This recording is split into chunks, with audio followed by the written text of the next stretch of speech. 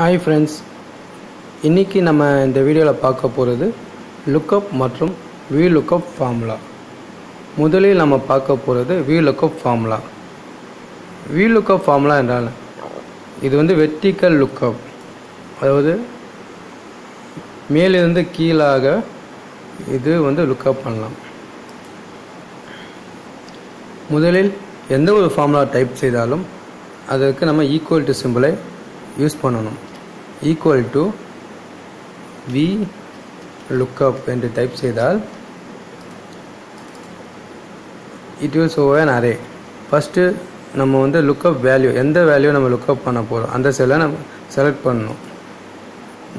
அடுத்தபடியாக table array, we want to select all the cells,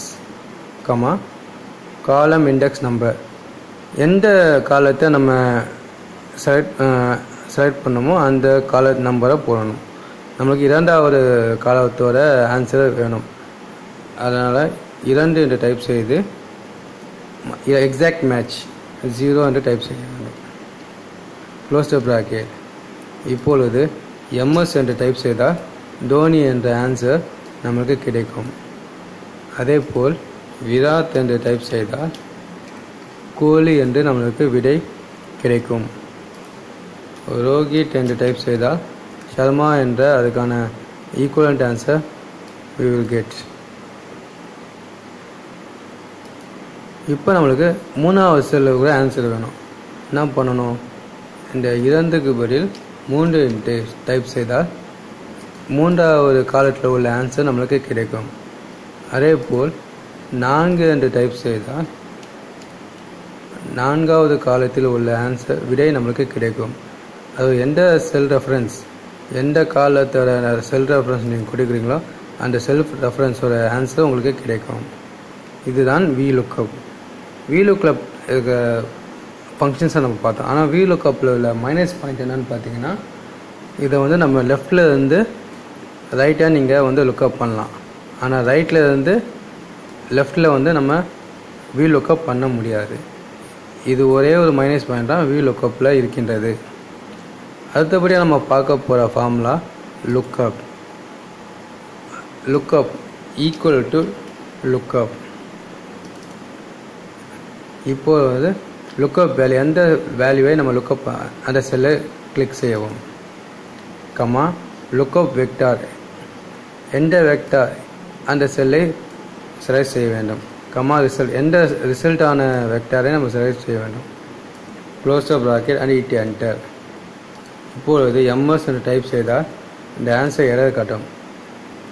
ஏனென்றால் நம்ம வந்து லுக்கப்பில் இருக்கிற ஒரே ஒரு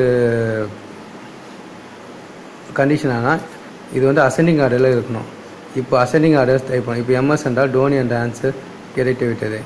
அதேபோல் ரோஹித் என்று டைப் செய்தால் சர்மா என்ற ஆன்சர் கிடைக்கும். அதே போல் விராட் என்று டைப் செய்தால் கோலி என்ற ஆன்சர் நம்மளுக்கு கிடைக்கும். இந்த லுக்கப்பில் ப்ளஸ் பாயிண்ட் என்னன்னா, இது வந்து ஹரிசாண்டலாக வெர்டிக்கலாக லுக்கப் பண்ணலாம், ஹரிசாண்டலாக லுக்கப் பண்ணலாம், லெஃப்ட்லேருந்து ரைட்டில் லுக்கப் பண்ணலாம், ரைட்லேருந்து லெஃப்ட்லேயும் லுக்கப் பண்ணலாம். அது எப்படின்னு பார்க்க போகிறோம். இப்பொழுது equal to lookup the sell,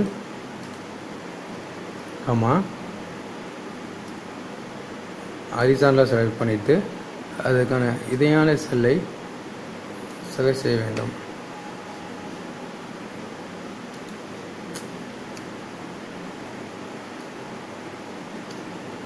equal to lookup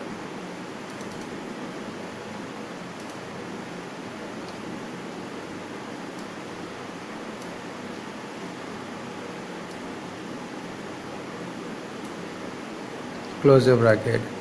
இப்பொழுது 1 என்று டைப் செய்தால் அஸ்வின் என்ற ஆன்சர் நம்மளுக்கு கிடைக்கும். 2 என்று டைப் செய்தால் பும்ரா என்று கிடைக்கும். 3 என்று டைப் செய்தால் தவான் என்று கிடைக்கும்.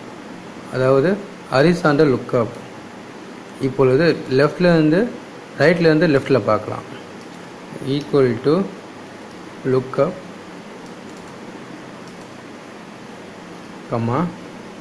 இந்த செல் கம்மா இந்த செல். இப்போ திருப்பி ஆன்சர் தப்பாக ஏன் என்று பார்த்தா இது வந்து அசெண்டிங் ஆர்டரில் இல்லை. இப்போ நம்ம இதை அசெண்டிங் ஆர்டரில் செட் பண்ணால் அஸ்வின் என்று டைப் செய்தால் ரவிச்சந்திரன் என்ற ஆன்சர் கிடைக்கும். குமார் என்று டைப் செய்தால் புவனேஸ்வர் என்ற ஆன்சர் கிடைக்கும். சிங் என்று டைப் செய்தால் யுவராஜ் என்று அதற்கான சரியான விடை நம்மளுக்கு கிடைக்கும். இதுதான் லுக்கப்புக்கும் வீலுக்கப்புக்கும் உள்ள டிஃப்ரென்ஸ். இந்த ரெண்டு ஃபார்முலாவே நம்மளுக்கு வந்து மிக உபயோகமாக. வீடியோ உங்களுக்கு பிடித்திருந்தால் லைக் பண்ணுங்கள், ஷேர் பண்ணுங்கள், கமெண்ட் பண்ணுங்கள்.